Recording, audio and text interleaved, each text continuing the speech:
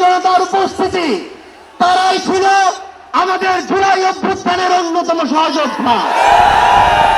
কে কি বললো সেটাতে আপনাদের আমাদের কিছু আসে যায় না।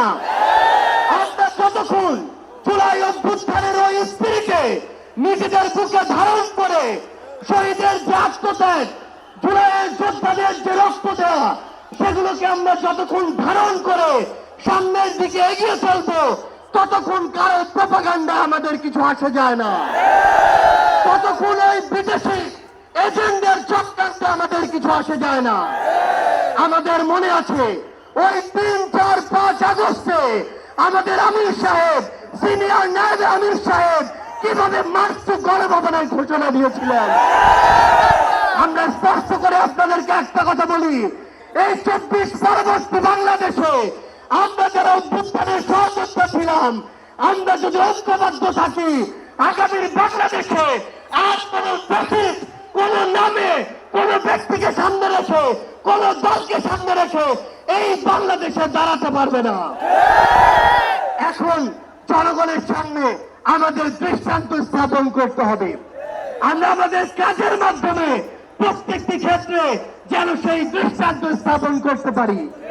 আজকে যখন আমি আসছিলাম, রাস্তার আশেপাশের প্রত্যেকটি মোড়ে আমার ইসলামী আন্দোলন বাংলাদেশের সহযোদ্ধারা ট্রাফিকিং এর কাজ করছে।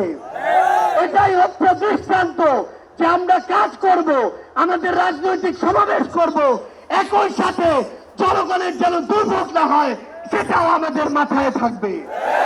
আমরা এর আগেও দেখেছি এই মাঠে প্রোগ্রাম হয়েছে, প্রোগ্রাম শেষ করে মাঠের প্রত্যেকটি ময়লাকে পরিষ্কার করা হয়েছে। এটাই হচ্ছে আগামীর বাংলাদেশের দৃষ্টান্ত যে আমাদের যারা সাময়িক যদি কোনো সমস্যা হয়, আমরা আবার ঐক্যবদ্ধভাবে সেই সমস্যার সমাধান করব।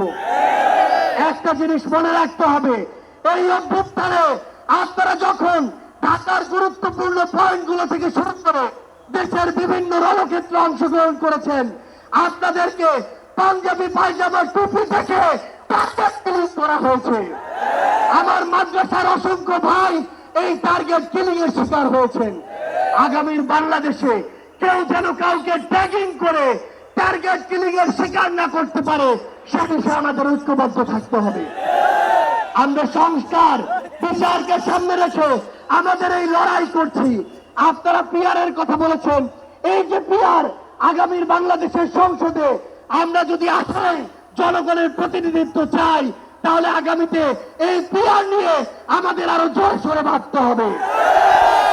আমরা আপনাদেরকে স্পষ্ট করে আমাদের জাতীয় নাগরিক পার্টি এনসিপির পক্ষ থেকে অঙ্গীকার করি, বাংলাদেশের প্রশ্নে, জনগণের প্রশ্নে আপনারা যদি ঐক্যবদ্ধ থাকেন, আপনাদের সাথে কাঁধে কাঁধ মিলিয়ে 24-এর মতো এনসিপি আবারও আগামীর বাংলাদেশে লড়াই করবে। আমাদের এই বাংলাদেশের 24-এর অভ্যুত্থানের স্পিরিটের প্রশ্নে, ওই খুনিদের বিচারের প্রশ্নে, রাষ্ট্রের সংস্কারের প্রশ্নে আমরা ঐক্যবদ্ধভাবে এগিয়ে যাব।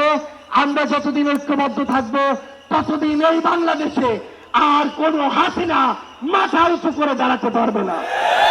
ইনশাআল্লাহ আপনাদের সাথে আমাদের আবারও দেখা হবে।